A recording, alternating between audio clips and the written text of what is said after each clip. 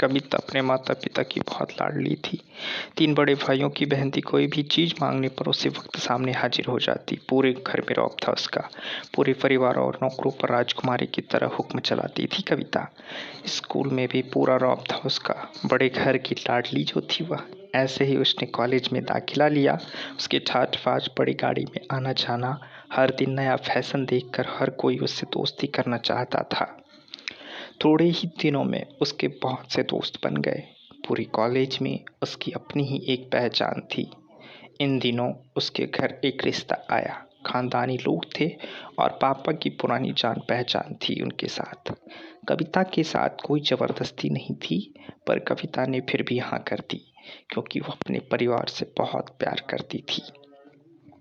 वह जानती थी कि वह लोग उसका अच्छा ही सोचेंगे। लड़के का नाम राज था। राज काफ़ी पढ़ा लिखा और समझदार लड़का था। ससुराल वाले भी बहुत अच्छे थे। ससुराल में कविता की जगह वैसी ही थी जैसी कि मायके में। कोई भी कार्य कविता की सलाह के बिना नहीं होता था।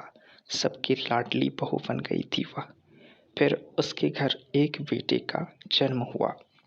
राहुल कविता को जान से प्यारा था। पोता पाकर ससुराल वाले तो फूले नहीं समाते थे। कविता कभी कभी सोचती थी कि उसकी किस्मत कितनी अच्छी है। उसका हर अपना उसे कितना प्यार करता है। चाहे जीवन में कैसा भी समय आए, मेरे अपने हमेशा मेरे साथ है। मैं कभी अकेली नहीं हो सकती। कितनी खुशकिस्मत हूँ मैं। पर शायद कविता की खुशियों को उसकी अपनी ही नज़र लग गई थी। एक दिन वह मायके जाने की जिद कर बैठी। राज को बहुत काम था, लेकिन वह फिर भी उसे ले गया। रास्ते में उनकी गाड़ी अन्य गाड़ी से टकरा गई। कविता, राज और राहुल बहुत बुरी तरह से जख्मी हो गए।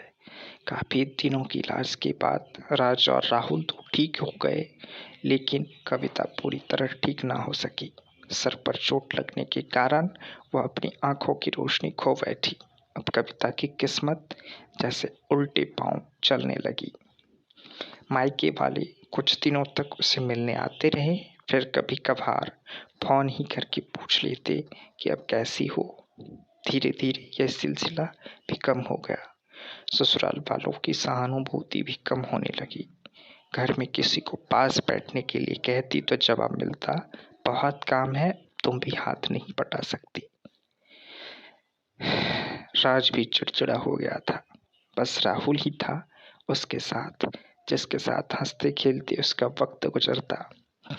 एक दिन कविता के हाथ से कुछ सामान गिर गया, जिसकी वजह से राहुल को हल्की सी चोट लग गई। कविता के सास ससुर ने राहुल को उससे अलग कर दिया कि कहीं उसके ना देखने की वजह से बच्चे का कोई नुकसान ना हो जाए। कविता अंदर से टूट चुकी थी। एक दिन उसने सबके सामने मायके जाने की इच्छा रखी, तो राज उसे तुरंत मायके छोड़ आया, जैसे कि वह भी यही चाहता था। लेकिन राहुल को उसके साथ नहीं भेजा गया। कविता कभी राहुल से दूर नहीं रही थी, पर अपनी कमी के कारण उसने ज़्यादा बहस नहीं की। कविता को लगा कि वह 3-4 दिन वहाँ रहेगी तो थोड़ा हवा पानी बदल जाएगा, क्योंकि वह कितने दिनों से कहीं भी बाहर नहीं गई थी। घर वाले भी इतने दिनों बाद उसे देखकर कितने खुश होंगे। कविता के घर पहुँचने पर सब लोग बहुत खुश हुए। खाने में सब कुछ कविता की पसंद का ही बना था।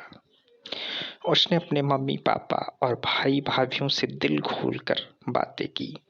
उनके छोटे छोटे बच्चे भी बुआ के साथ घुल मिल गए थे। रात को सोने के वक्त जब वह कपड़े बदलने लगी तो उसे पता चला कि उसका बैग तो बहुत भरा हुआ था। वह सब समझ गई। वह बहुत उदास हो गई।